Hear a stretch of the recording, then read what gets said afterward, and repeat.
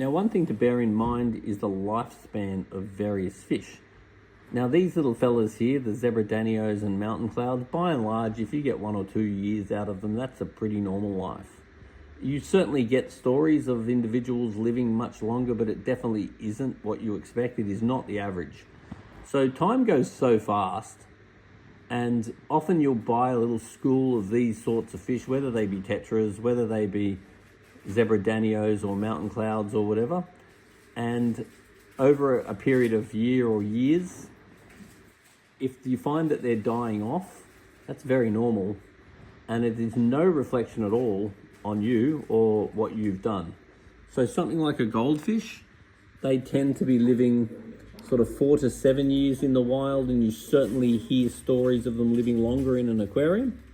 Whereas your smaller ones, if you're getting 1 or 2 years out of them, that's sort of what you expect, but you absolutely can and do hear stories of them living much longer than that.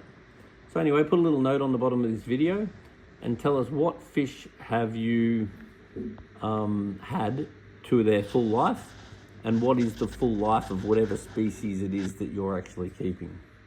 But if you just do a bit of Googling and just be a little bit realistic with how long your fish should live, and you do find that as the fish get older, sometimes they do have a change in their behavior, which is very easy to relate to as far as fish getting old. They start looking older and sometimes even start acting older.